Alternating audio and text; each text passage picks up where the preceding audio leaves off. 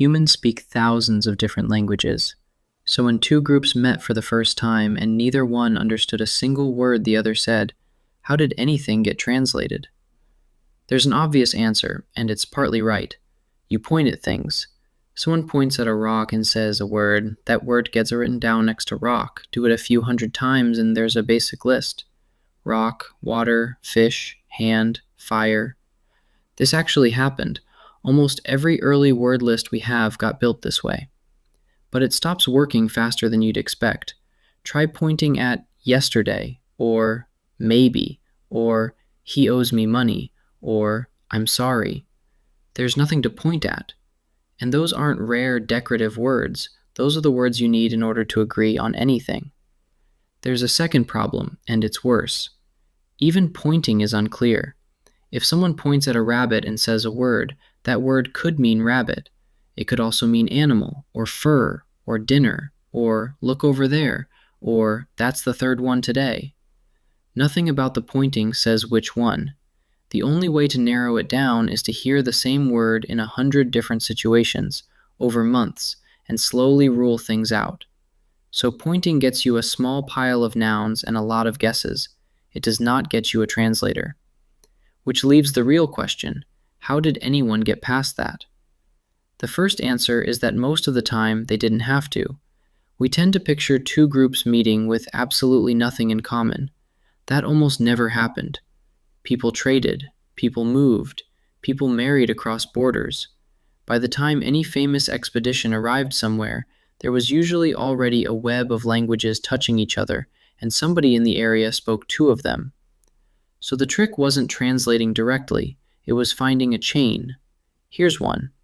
In 1519, Hernán Cortés lands in Mexico and can't speak to anyone. But he picks up a Spaniard named Jerónimo de Aguilar, who had been shipwrecked 8 years earlier and spent those years enslaved among the Maya. Aguilar speaks Maya now. That works until Cortés reaches the Aztecs, who speak Nahuatl. Then Aguilar is useless again. Around the same time, Cortés is given a group of enslaved women.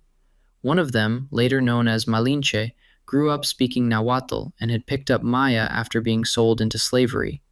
So the conversation went like this. Cortés speaks Spanish. Aguilar turns it into Maya. Malinche turns the Maya into Nahuatl. Then all the way back in reverse for the reply.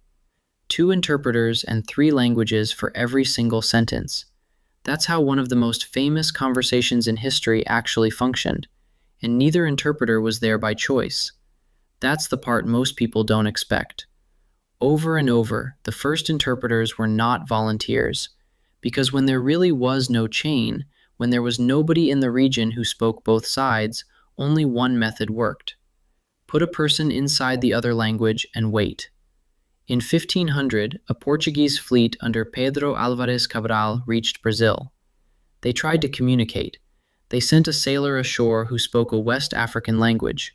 Nothing. They tried men who knew Arabic. Nothing. Everyone stood there until they gave up and rowed back to the ships. So Cabral left 2 men behind on purpose. They were convicts, sentenced to be dumped in unknown territory instead of executed. The Portuguese called them degredados. The plan was simple. Leave them. Come back later. By then, they'll speak the language. This turned into a system. Portugal did it along the coasts of Africa and South America for more than a century. Convicts and exiles, put ashore alone and told to survive. The ones who lived learned the language, married locally, had children, and became the interpreters that everything else depended on.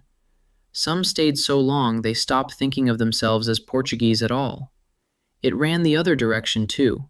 Explorers took people back with them, usually by force, and taught them their language on the ship. None of this was clever. It was just time and people, and usually people with no say in it. There's one more option, and it's the strangest one. Sometimes nobody translates anything.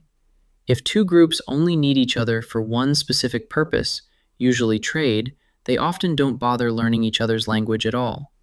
They build a small new one in the middle. In the Arctic, Russian merchants and Norwegian fishermen traded for about 150 years. Neither side learned the other's language. They used a mix of the two instead. Linguists call it Russinorsk. It had roughly 400 recorded words, and only a couple hundred that came up regularly. Barely any grammar. Enough to handle fish, weather, prices, and boats, and almost nothing else. The words split fairly evenly between Russian and Norwegian, which is unusual. Normally, one side's language dominates because one side has more power.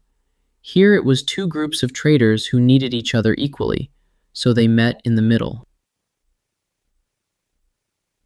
They called it Moja po tvoja, roughly, mine on yours. It worked fine for a century and a half. Then the trade ended and the language died with it. So that's three methods: chains of interpreters, planted people, and invented middle languages. Between them you can get almost anything done. Almost. Because there's a category of word that never really translates. Words for ideas the other side doesn't have. In 1549, a Jesuit missionary named Francis Xavier arrived in Japan to preach Christianity. He needed a Japanese word for God. The word his side used was Dainichi, which is the name of a figure in Buddhism. Buddhist monks welcomed him. They were friendly. They were curious. They invited him to speak, because as far as they could tell, he was preaching a slightly unusual form of Buddhism. It took Xavier about 2 years to work out what had happened. When he did, he stopped translating the word at all and just used the Latin one, Deus. The monks, now considerably less friendly, pointed out that Deus, said aloud in Japanese, sounded a lot like Daiuso, which means big lie. That's the ceiling. An object can be translated, an action can be translated. An idea that only exists on one side cannot.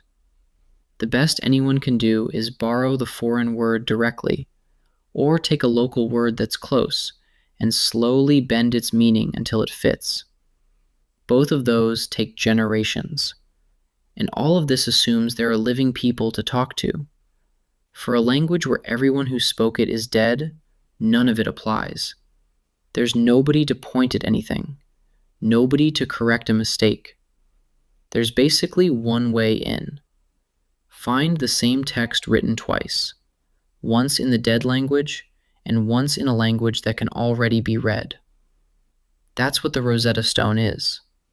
One message, 3 scripts, and one of them is Greek. Greek was readable, so Greek was the key. Without something like that, it's a wall. There's an ancient script from Crete called Linear A. We have plenty of it.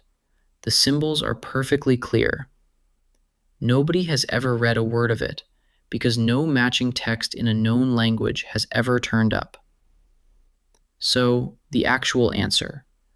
Humans didn't translate unknown languages by being clever. Pointing at objects got them a starting list and then quit on them.